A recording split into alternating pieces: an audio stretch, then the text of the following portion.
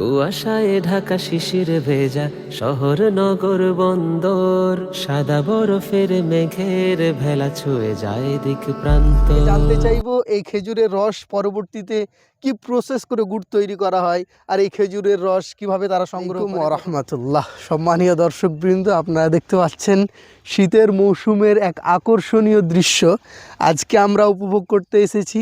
এই শীতের সকালে সবথেকে আনন্দময় জিনিস সেটা হচ্ছে কি, খেজুরের রস।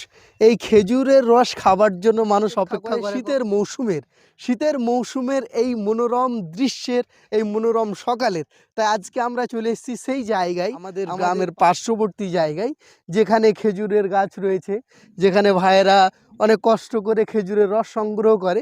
যেমনটি একটা ভাইকে আপনারা দেখতে পাচ্ছেন, সেই গাছ থেকে কষ্ট করে নেমে খেজুরের রস সংগ্রহ করছে। এমনও মনোরম আকর্ষণীয় দৃশ্যকে দেখার জন্যই আজকে আমরা উপভোগ করতে এসেছি বা দেখছি। ভাই অনেক কষ্ট করে, এই যে দেখতে পাচ্ছেন, খেজুরের সেই সুস্বাদু রস সংগ্রহ করছে প্রতিটি গাছে গিয়ে গিয়ে। ভাইকে বর্তমানে আমরা পেয়ে গেছি, যে ভাই অনেক কষ্ট করে, অনেক পরিশ্রম করে, অনেক শ্রম করে, কষ্ট করে গাছ থেকে খেজুরের রস সংগ্রহ করে।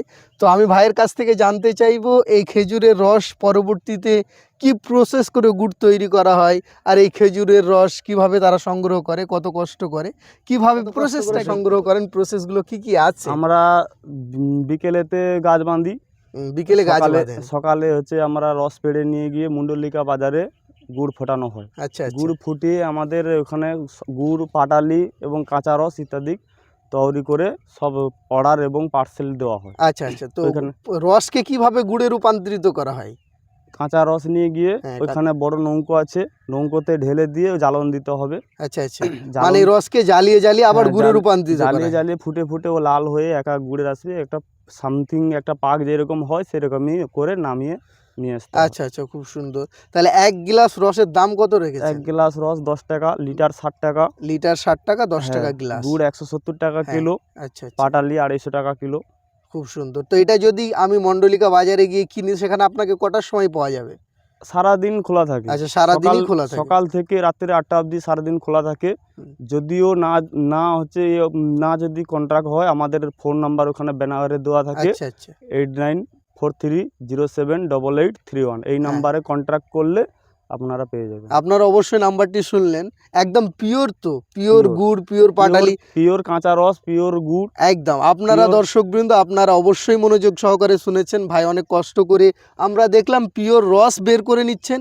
এই রসকে নিয়ে যেয়ে আবার ভিন্ন ভিন্ন প্রসেসে, ডিফারেন্ট প্রসেসে পাটালি তৈরি করা হয়, গুড় তৈরি করা হয়, ইত্যাদি তৈরি করা হয়। আপনারা যদি অরিজিনাল শীতের মৌসুমে অরিজিনাল রস, অরিজিনাল গুড় এবং পাটালির স্বাদ গ্রহণ করতে চান, তাহলে যোগাযোগ করুন অত্র নাম্বারে। নাম্বার আমার স্ক্রিনে দেওয়া থাকবে, সেই নাম্বারে যোগাযোগ করতে পারেন। মন্ডলিকা বাজারে এসে সংগ্রহ করতে পারেন। ভাইকে অসংখ্য ধন্যবাদ করছে আমাদের আন্তরিক সহযোগিতা ভাইয়ের কাছে রইল, অনেক দোয়া রইল, আশীর্বাদ রইল। ভাই যেন আরও উন্নতির পথে এগিয়ে যায়, আপনারা তাদের সহযোগিতা করবেন, এবং আপনাদের প্রয়োজন হলে অবশ্যই কন্ট্যাক্ট নাম্বারে কন্ট্যাক্ট করবেন। আর ফাইনালি আমরা পৌঁছে গেছি মন্ডলিকা বাজারে, যেখান থেকে গুড়, খেজুরের রস, পাটালি ইত্যাদি কী করা হয়, বিক্রি করা হয়। তারা ছোট্ট মতো একটি কুঁড়ে ঘর তৈরি করে সেখানে থাকে, সেখানে খেজুরের রসকে গুড়ে রূপান্তরিত করে, পরিশ্রম করে। আমি দেখানোর চেষ্টা করব তাদের ছোট্ট কুঁড়ে ঘরটি, লক্ষ্য করবেন।